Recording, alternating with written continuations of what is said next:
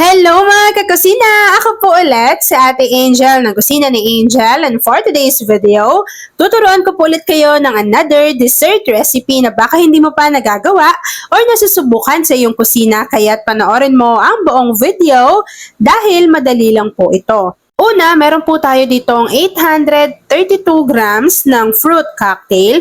I-drain lang po muna natin ito kasi isi-set aside muna natin ito. Bago yung mismong syrup na nandun sa fruit cocktail, i-disregard nyo na at mag-ready na po tayo ng ating saucepan dahil kakailanganin natin dito ng 24 grams ng 4 Seasons jelly powder.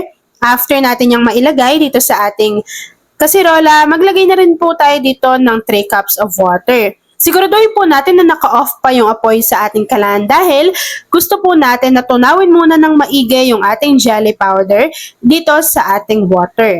Kapag natunaw na natin yung ating jelly powder dito sa ating saucepan, lulutuin lang po muna natin ito over medium to low heat, and then continuous po natin tong hahaluin para sure tayo na hindi siya naninikit doon sa bottom ng ating pan, and siguraduhin po ninyo na kukulo yung ating mixture para mabilis po itong mag-set or mag-firm later. So habang niluluto natin yan mga kakusina, gusto kong i-flex sa inyo itong ating kalan. So ito yung nilulutuan ko. Diba nang nakaraan, meron akong ginagamit na kulay red, pero po yung red na yon ay ginagamit na lang natin sa ating mga live videos. So this time, bumili ako nitong Gaslight na color white. Tingnan nyo naman, di ba? Ang ganda sa video. Tapos, ang bilis lang din matanggal nung mismo pinaglulutuan natin dito. Kasi nga po, pwede natin yung linisin gamit yung ating mga sponge. Yung linisin nyo lang. Tapos, mabilis lang din makabili ng kanilang gas kasi mura lang din siya. So, ganyan. Ginagamit natin to sa ating mga recipe videos. Tapos yung red naman na ginamit natin before, ay ginagamit ko naman siya sa ating live videos, diba? Talagang gamit na gamit ko itong Gaslight na portable gas stove. Yan. So after natin yan maluto mga kakusina at kumulo na yung ating jelly mixture, isalin lang po natin ito sa ating lagayan. Bago, kapag naisalin na natin to dito, hihintayin natin yung mag-set at mag-firm. At ayan na nga mga kakusina, kapag naluto na po natin yung ating jelly mixture, kapag nag-set na yan at nag-firm, hihiwain ko lang po ito into cubes. Nasa sa inyo na kung gaano kalalaki, gaano kaliliit. Tapos kapag nahiwa na natin yan, ilagay lang po natin ito sa isang mixing bowl.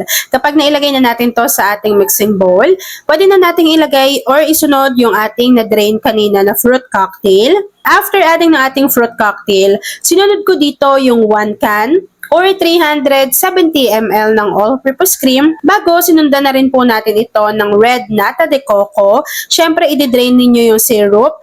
Tapos, ilagay nyo ng lahat yung ating nata de coco. Ganun lang din, kapag naglagay na kayo dito ng white kaong, i-drain lang din yung ating syrup bago ilagay nyo ng lahat yung kaong dito sa ating mixing bowl. After adding ng ating nata de coco, pati ng ating white kaong, pwede na tayo ditong maglagay ng 390 grams ng condensed milk.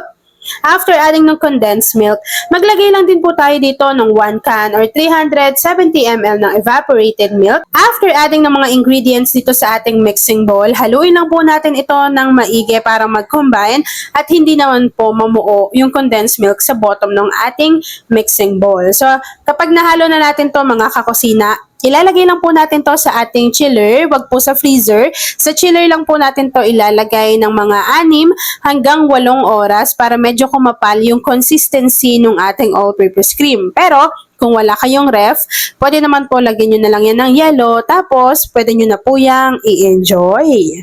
At ayan na nga mga kakusina, kapag lumamig na po yung ating dessert at medyo kumapal na rin yung consistency ng ating all-purpose cream, pwede na po natin tong i-enjoy!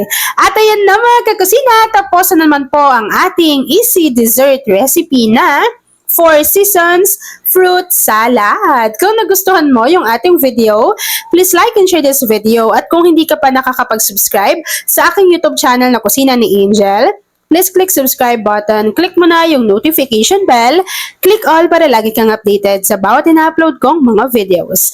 Yan lang mga kakasina. Thanks for watching and enjoy this video. By the way, kung isa ka pala sa dessert lover, say hi Angel sa ating comment box section.